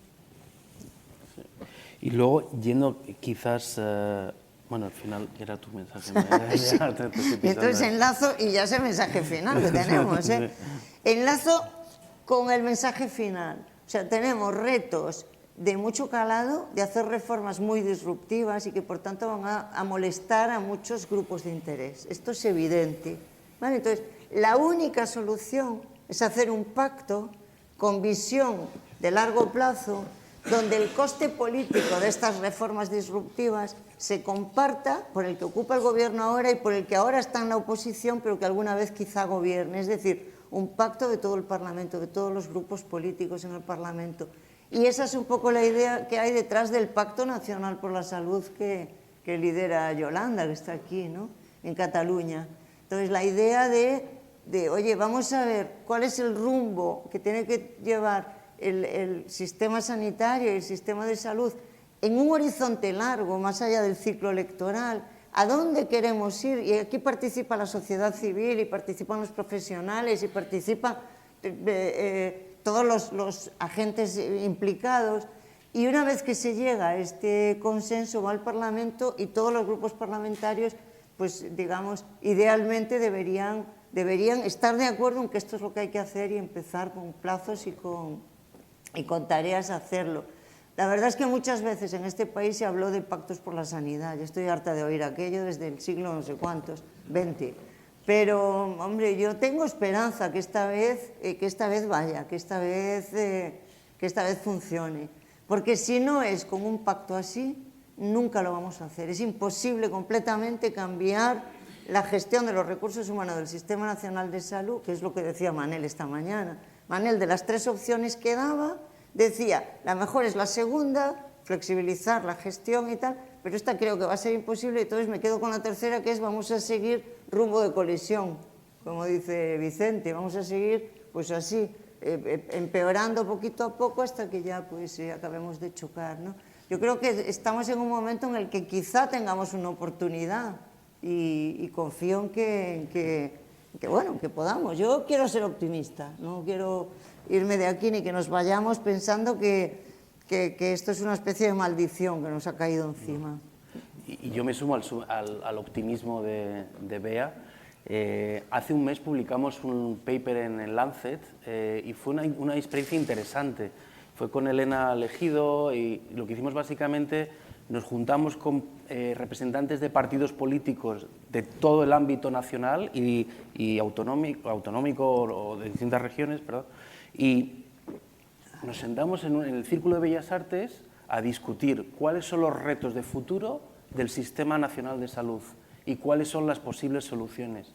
Y a mí me sorprendió que hubo mucho más consenso y mucho más acercamiento de lo que uno podía esperar, que es lo que pusimos en el comentario en el Lancet, que yo creo va muy alineado con lo que Bea estaba diciendo de la necesidad de traer lo que nos une en lugar de atizar en lo que nos separa, y que no creo que sea un buen camino, y lo hemos visto también, yo pongo siempre el ejemplo de la educación. La educación, cada vez que entra un gobierno nuevo, nos quitamos una ley anterior y metemos una nueva ley. Creo que si vamos por el mismo camino de polarización en la sanidad, no vamos por buen camino. Por eso realmente creo que me parece una iniciativa súper interesante en Cataluña lo que estáis haciendo, y a nivel nacional, a nivel de España, creo que deberíamos ir por un camino similar en traer estos consensos, porque yo creo que tenemos las bases, y pensando un poco con Ernest Lluch y las bases que él sentó, ¿no?, del sistema nacional de cobertura universal, con acceso. Tenemos unas bases, yo creo que muy sólidas cuando comparamos con otros países europeos. Si miramos a mortalidad tratable, si miramos, y tengo los datos, los he traído porque yo creo que a veces nos hace falta una ola de optimismo para reposicionarnos. Tenemos un complejo a veces de inferioridad, de que esto es una mierda, de que esto es no sé qué, y por eso, muy rápidamente, mortalidad por causas evitables. Estamos el 4º mejor puesto de toda la Unión Europea, con una media de 113, cuando la media de la Unión Europea es 160. 60 por 100.000. Mortalidad por causas tratables, estamos los quintos mejores con 65 por 100.000, la media es 92 por 100.000. Si miramos a las necesidades no atendidas, a MedNeed, somos los segundos a nivel europeo. Si miramos en gasto catastrófico, estamos por debajo del 2%, uno de los gastos catastróficos. Es decir, tenemos unas bases sólidas que yo creo que tenemos que mantener, pero es verdad que estamos en una disyuntiva que ahora tenemos que tomar reformas necesarias y por consenso que nos lleven a afrontar los retos de futuro, porque las necesidades de la población están cambiando. Y por eso yo creo que es súper interesante este debate de reflexión para pensar cómo vamos hacia esa reforma, hacia nuevo futuro que nos lleve a una situación mejor de los recursos humanos y del sistema sanitario en España en general. Bueno, hasta aquí nuestro guión, ¿vale? Entonces ahora tenemos preguntas. ¿No?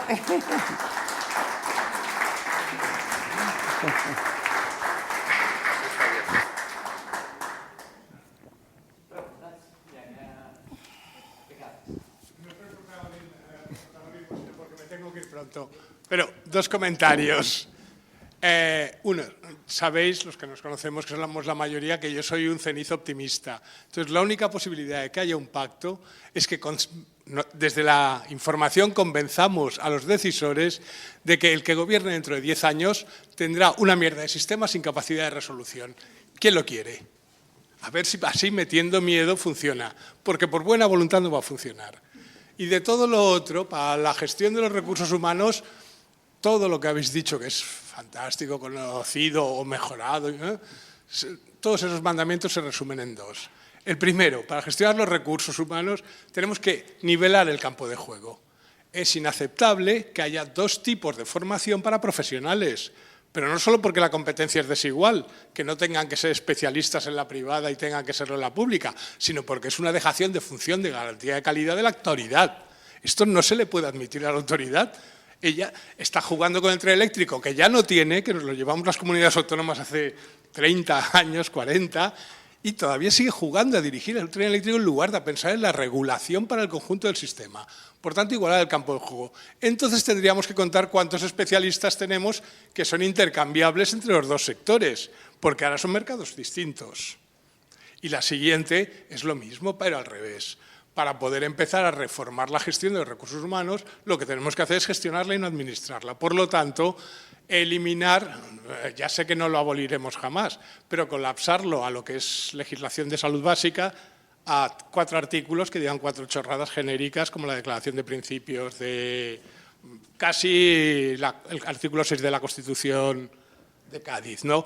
Los médicos tienen que ser justos y benéficos. Ya está. Y con esto acabamos.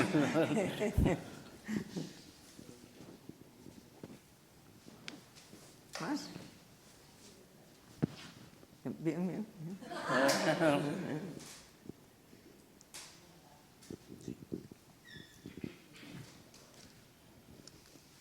Sí, buenas tardes. Yo quería comentar un tema al cual yo me he dedicado más de 35 años, que es la salud laboral, salud en el trabajo.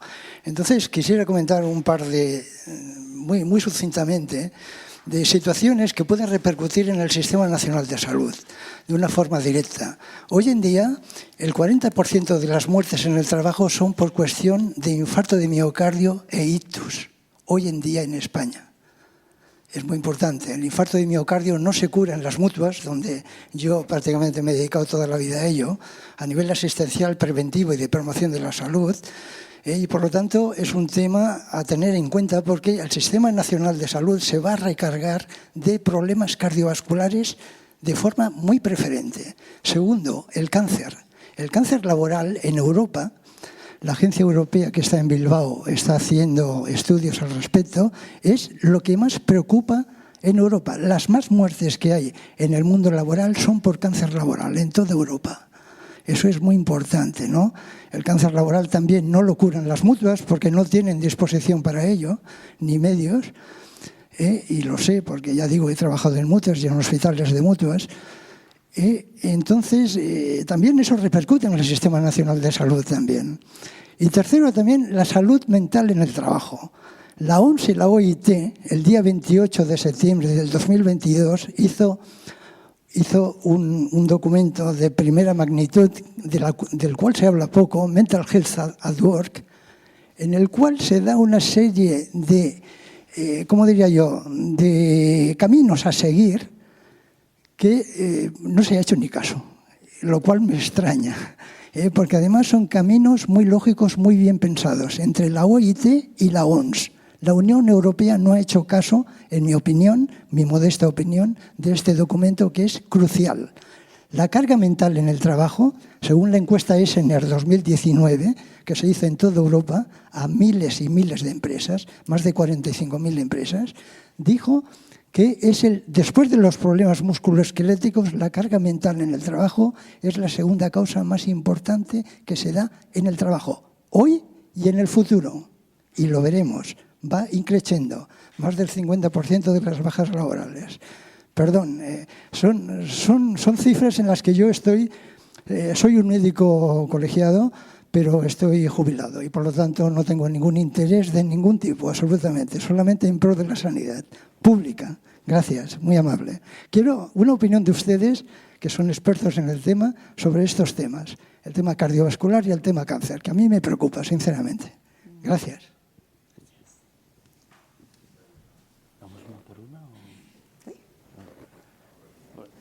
Yo igual empiezo por la de salud mental, que me cae más. No, para nosotros es una prioridad. Nosotros tenemos 4 flagships, 4 programas estrella a nivel europeo. Uno de ellos es salud mental, otro es digitalización, pero uno de ellos es salud mental. O sea, somos plenamente conscientes de la importancia de la salud mental y, como decía antes, el 52% de los trabajadores ha tenido o tiene burnout. Esto es una auténtica barbaridad.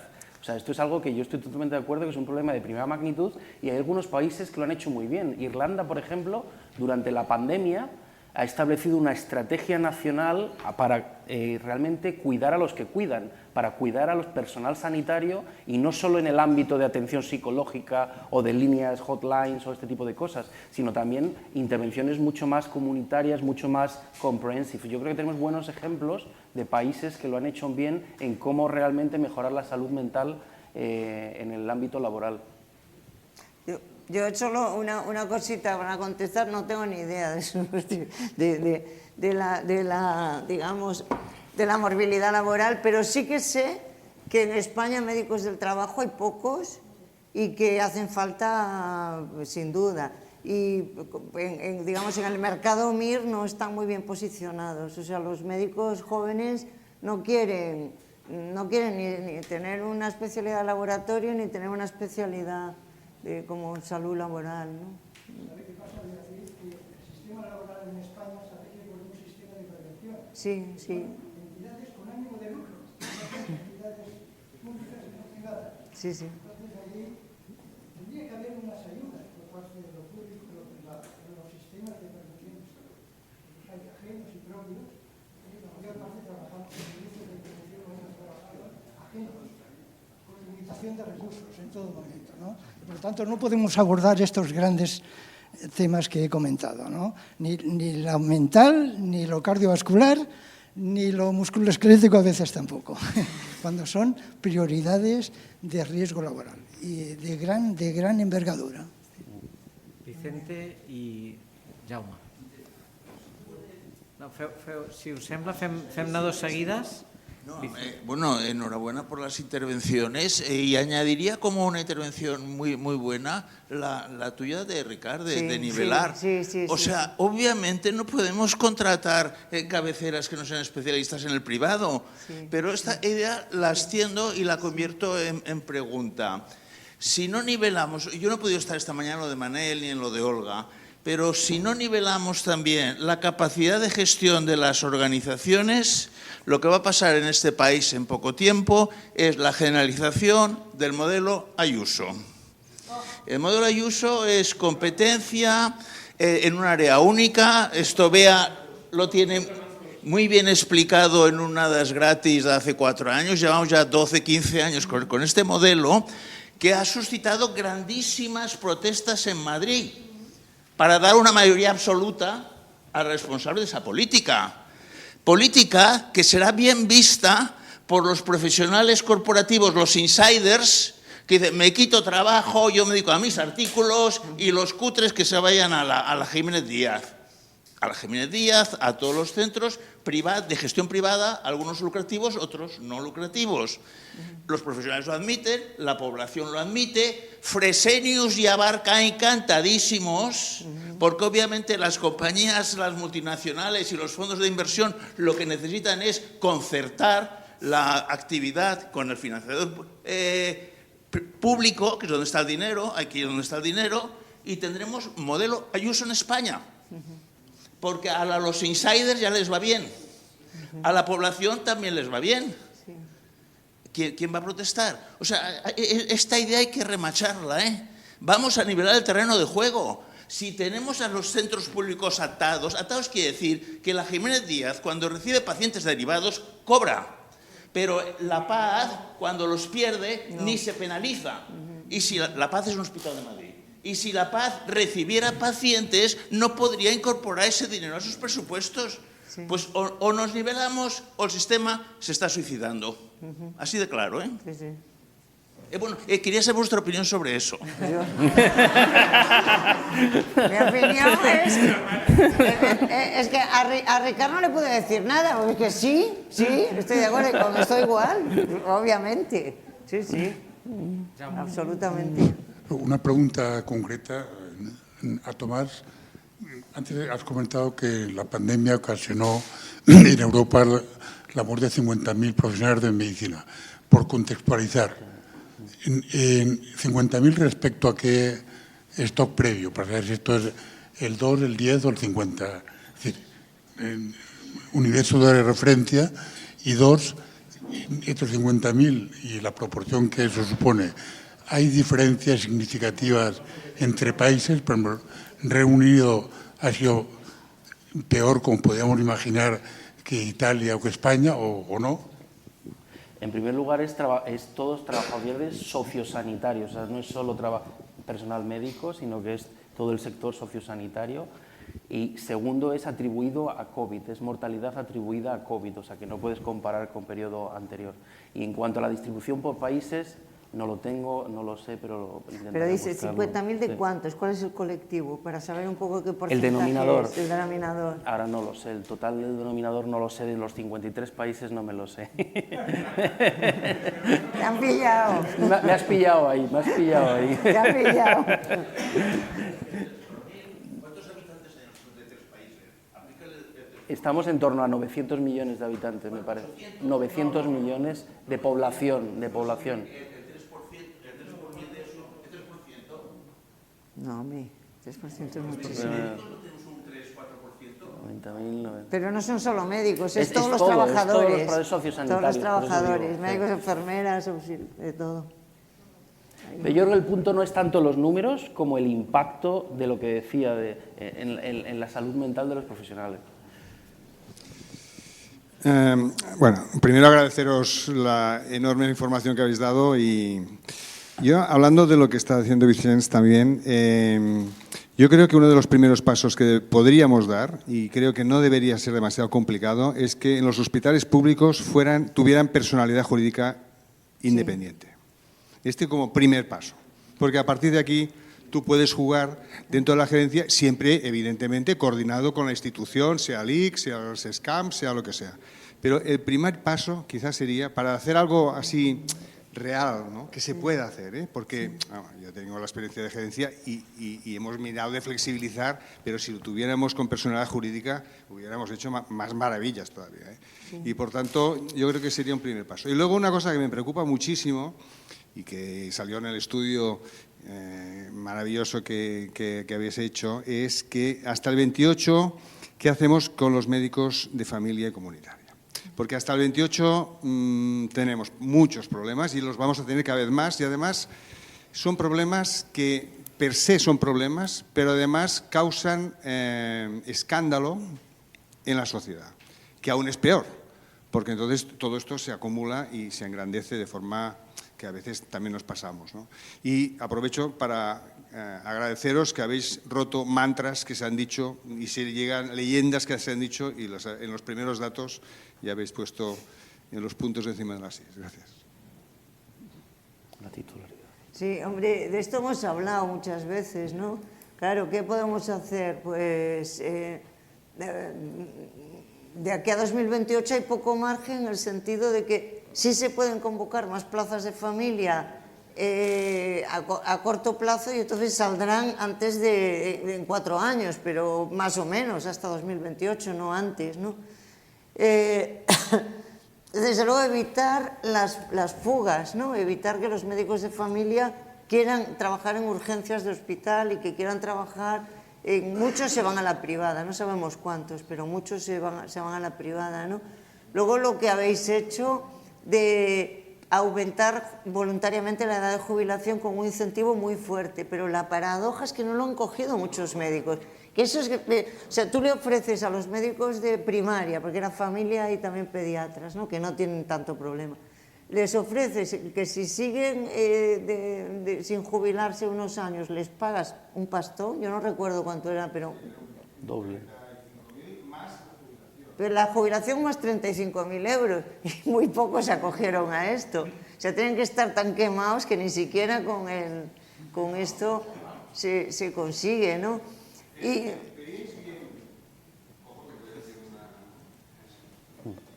aceptar temporalmente hasta el 27-28, que igual se alarga por la jubilación.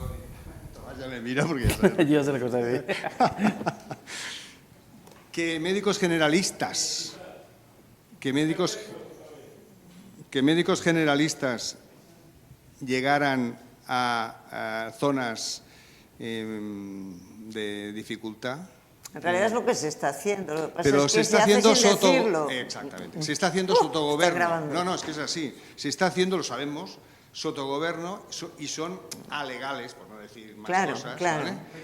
Pero esto quizás, claro, si lo aceptamos serán mestos, si no lo aceptamos seguiremos así de mal hasta el 28. Hace un plan de formación de transición, si lo hicimos una vez, lo podemos hacer 2. Y ahora el problema es la Yo no me metería ahí. Antes lo hicimos para tranquilidad de los profesionales, ahora hagámoslo para servicio a los pacientes por una puta vez en la vida. Yo no entraría ahí, yo no entraría a descremar la calidad. Pero si estás trayendo gente que no ha completado la residencia de 4 años, en el fondo estás abriendo una puerta de entrada para que lo que decía Bea antes, ¿no? Sí, pero hay otras medidas que se podrían, yo creo, que se pueden aplicar en este corto plazo en los próximos 4 años. Bea ha mencionado algunas de ellas que se podrían utilizar para... Hombre, hay una posibilidad de que, como es un bien tan escaso el médico de familia, lo primero que habría que hacer es que el médico solo haga de médico. O sea, tener un recurso tan valioso y tan escaso rellenando papeles es un desperdicio. Entonces, lo primero es esto, es reorganizar tareas dentro del equipo, contratar asistentes médicos, dar más capacidad a los administrativos para que puedan hacer cierto triaje no clínico, el dar más papel a enfermería, etcétera. Es decir, el que cada minuto de trabajo del médico sea un minuto valioso, aportando valor que solo puede aportar el médico. Yo creo que ese sería el primer paso. Y entonces necesitaríamos menos. La idea, esta mañana lo dijeron muchas veces, la idea de que la reivindicación sea los 10 minutos por consulta o los 1.300 de tarjetas es un disparate. Es un disparate porque tú no puedes medir el valor a través del recuento de consultas, a través de la actividad, lo decimos siempre, ¿no? Entonces, yo creo que lo primero es focalizarse ahí, que cada minuto del médico sea valioso. Y para eso haz lo que tengas que hacer, reorganiza el equipo como lo tengas que reorganizar, etcétera. Eso quiere decir y dar incentivos al médico para que a lo mejor se desplace a otros centros de salud, a otras zonas periféricas. ¿Qué? No, para ahora, no. para ahora. De todas maneras, yo que antes estaba como Vicens en el ICS aquí en Cataluña, una medida que al inicio fue muy impopular, después de una salida de huelga de todos los médicos, que fue el escreix, que era que el médico pudiera asumir más allá de las cartillas que estaban establecidas de media y que a todo el mundo, pues café para todos, ¿no? Te tocan 1.200 o pudieras asumir aquella capacidad de cartillas, de personas asignadas, y lo único que tenías que dar eran resultados de salud. Es decir, lo que no puedes es acumular mientras no des resultados, pero evidentemente esto hay que retribuirlo, ¿no? O lo que decíamos antes, si estás trabajando en el Pirineo y tengo que subir cada día, con la despesa que me supone en carretera, en no estar con mi familia, pues subo 3 días en vez de subir 5. Entonces, aún tenemos margen. O sea, cambiar el estatuto, seguro, pero hay más margen, hay más capacidad, pero hay que tener consenso social también con sindicatos y el resto de... Y flexibilidad para todo el tema de la retención en zonas rurales. Hay mogollón de iniciativas a nivel europeo que funcionan, puedes ser imaginativo. El otro día hablaba también con compañeros. Tú puedes hacer unas rotaciones, como tú estás diciendo, que no sea siempre un profesional el que se vaya al mismo sitio, sino que establezcas unos turnos de rotación de tal manera que al final todo el mundo pueda pasar por ahí, no sea uno el que tenga que ir. Luego todo el tema de las tecnologías digitales. Suecia, por ejemplo, en toda la Laponia tenemos un demonstration site allí donde son las enfermeras las que, conectadas adecuadamente y coordinadas con un hospital distrital que está mucho más lejos, resuelven la mayor parte de los temas. O sea, yo creo que sí que podemos traer soluciones que y que eviten llegar así. Soluciones que no puedes hacer en el marco actual. Eso supone aumentar la precariedad. Tú prefieres tener una interinidad por una jubilación que sea para toda la vida y te ganar muchos puntos en la consolidación, está cambiando de contrato para una figura así. Entonces estamos jugando con dos tipos de individuos absolutamente opuestos. Uno, ser como los de toda la vida, o dos, adaptarme al nuevo mundo. Tenemos que matar el viejo mundo para que no puedan hacer que esa gran anciana que no nos está pasando. Última pregunta. Sí, buenas tardes. Solamente como elemento que no lo habéis mencionado, digamos, desde la perspectiva de gestión de recursos humanos, en esta dualidad de hospitales y primaria, donde parece ser, de alguna manera, que el gran déficit no parece ser, es evidente que el gran déficit está en la primaria, ¿no habéis pensado en forzar o en tirar adelante estrategias donde de alguna manera puedan compatibilizar los médicos de primaria con los médicos de hospitalaria? Porque yo entiendo que de alguna manera uno de los grandes déficits que poco. Se puede hacer mucho más y creo que esa debería ser una estrategia que de alguna manera seguramente desde una perspectiva de entidades, digamos, patrimonializadas o entidades fiscales entendidas como separadas, pues deberían, porque algunos de estos hospitales grandes, como mínimo en Cataluña, tienen referencia o tienen ascendente sobre la primaria. Debería trabajarse más porque en general no se trabaja tanto y hay una sensación, digamos, del no ir a la primaria es porque, bueno, socialmente tiene una valoración menor que la hospitalaria o la especializada. Cosa yo creo que no debería ser así, pero es y los MIR, cuando acaban su licenciatura, pues entonces, primero, evidentemente, y es legítimo, optan por aquellas especialidades que dan dinero y otros, de alguna manera, al final se quedan por aquellas, de alguna manera, que son dirían, dejadmelo decir, de segunda, y seguramente que no lo son, yo no lo creo que lo sean, pero deberíamos trabajar por la integración de hospital y primaria con una correlación, digamos, más estrecha, que no la hay. Y si se hace, yo no lo he visto.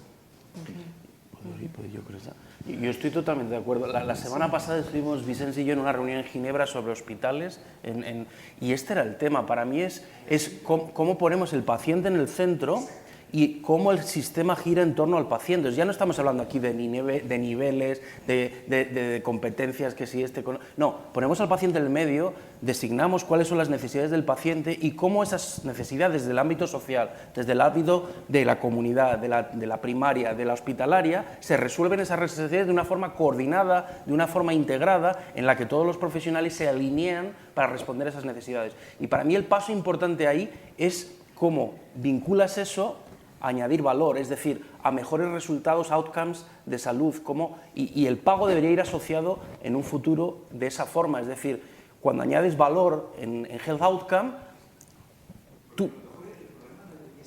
O sea, se podría plantear que de alguna manera la cuestión no es tanto que uno es de un espacio y estos de otro, sino que uno, como has dicho tú, el enfermo es el que nos ocupa, en un dispositivo o en otro. Entonces, este debería ser... Y luego yo aquí, una cosa que discrepaba contigo, Vicens, es que tú hablabas de que el gestor de esa red debería ser el gerente del hospital.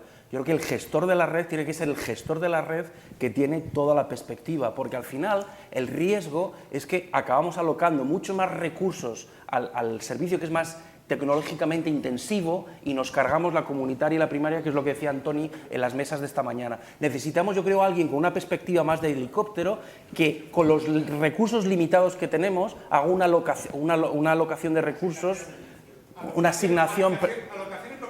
Perdón, asignación en lo que añada valor, ¿no? Y entonces, que no pongamos toda la pasta en el sector hospitalario, sino que esa persona tenga una capacidad más de decidir dónde se añade más valor. Sorry. Bueno, estem fora de temps. Moltes gràcies a tots per les vostres intervencions. Muchas gracias, Tomás. Muchas gracias, Bea. Yo creo que podemos aplaudir.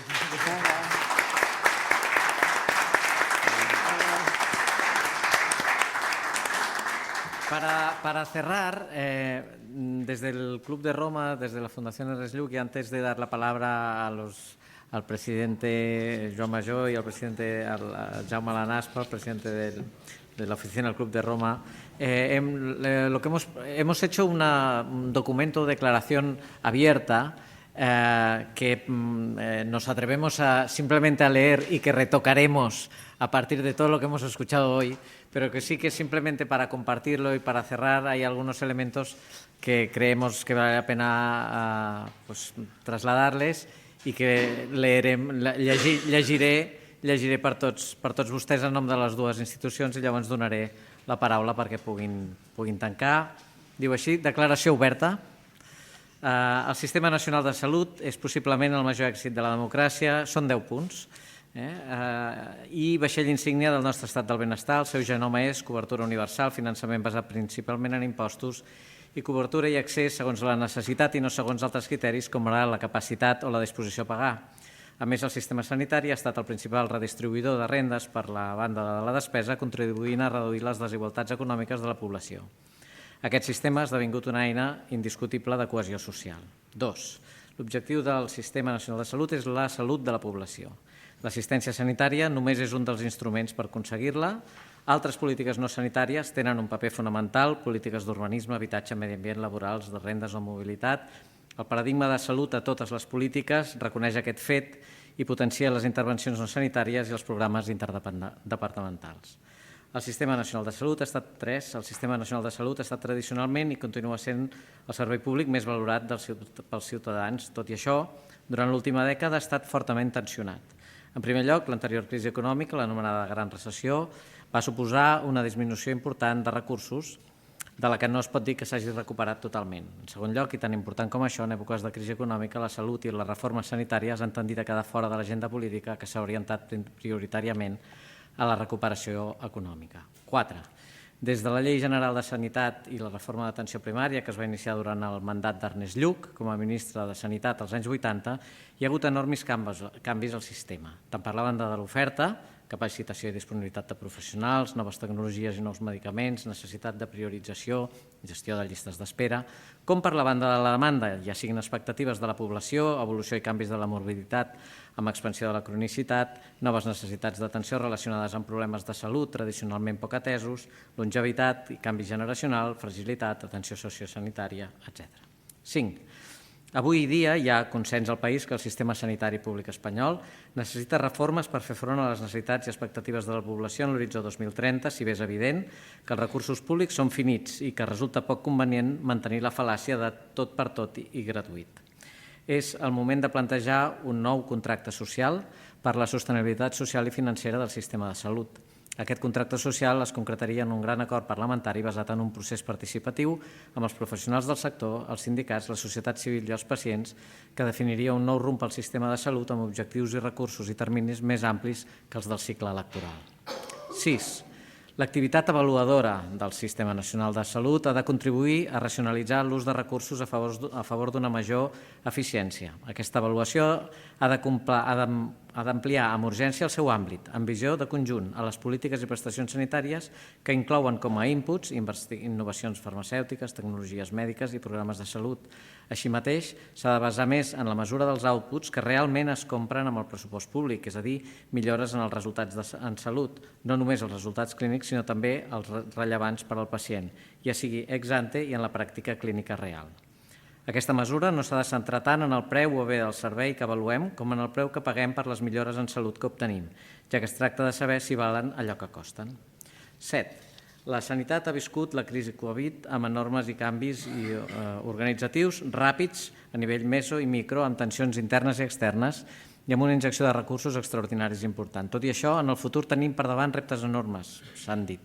El finançament, 2, els reptes organitzatius a nivell meso i macro, 3, la gestió de recursos humans, on es necessiten importants canvis normatius perquè els professionals sanitaris, un col·lectiu molt heterogeni i principal actiu del sistema de salut, se sentin a gust treballant en l'organització. 4, resoldre elements de cobertura i accés per esmenar la tendència cap a la dualització del sistema. 5, els reptes tecnològics, la digitalització, tenint en compte els aspectes ètics en l'ús de les dades sanitàries sensibles. 6, i sobretot preservar l'equitat que algunes forces de mercat molt potents posen en risc i la digitalització no inclusiva. A més, cal encarar la satisfacció de la població dels pacients que moltes vegades s'expressen amb els peus allunyant-se dels serveis públics, posar el focus en una perspectiva de demanda i assegurar efectivament la universalitat.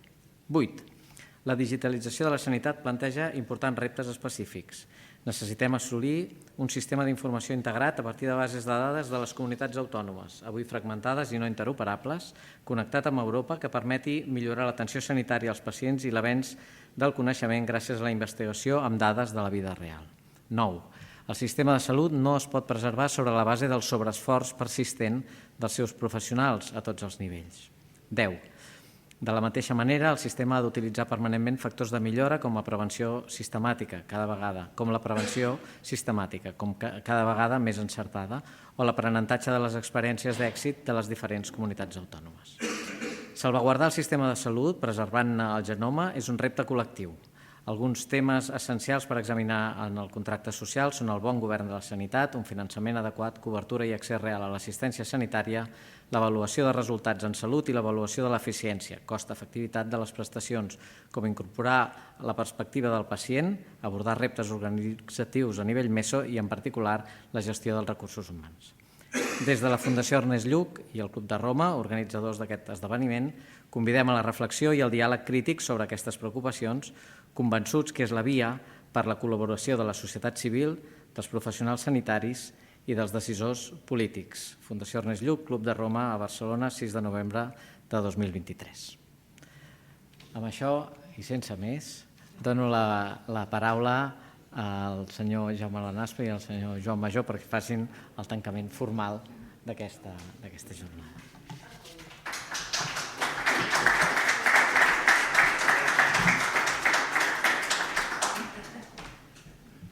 Em sembla que no cal que ho digui, però seré molt curt, perquè l'únic que puc dir és una satisfacció, fer palesa una satisfacció, perquè em sembla que ha estat un dia ple, positiu i per mi menys nou, en el sentit que no soc de cap manera una persona ficada dintre del sistema de salut, cosa que molts altres dels que heu vingut sí que hi sou. Per tant, satisfacció per això, satisfacció també una vegada més per la col·laboració amb el Club de Roma, que tinc la sensació, després del que ha sigut avui, que no serà la darrera, perquè hi poden haver-n'hi altres, i agraïment a tots els participants, que no citaré un darrere l'altre, i també a tots els que hi han participat d'una manera o d'una altra. Moltíssimes gràcies.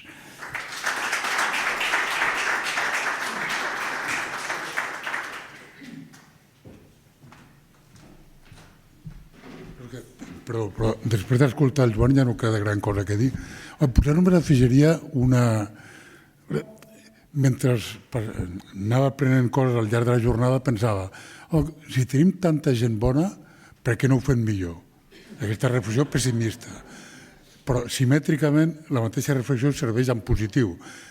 Donat que tenim tanta gent bona, segur que ho farem millor. Llavors aquesta és la meva esperança i el meu vot a partir d'avui. I a veure només una petita reflexió de l'últim diàleg. Mai nunca había visto un diálogo tan bien coordinado como el de Beatriz y Tomás esta tarde. Oye, muchísimas gracias y endavant.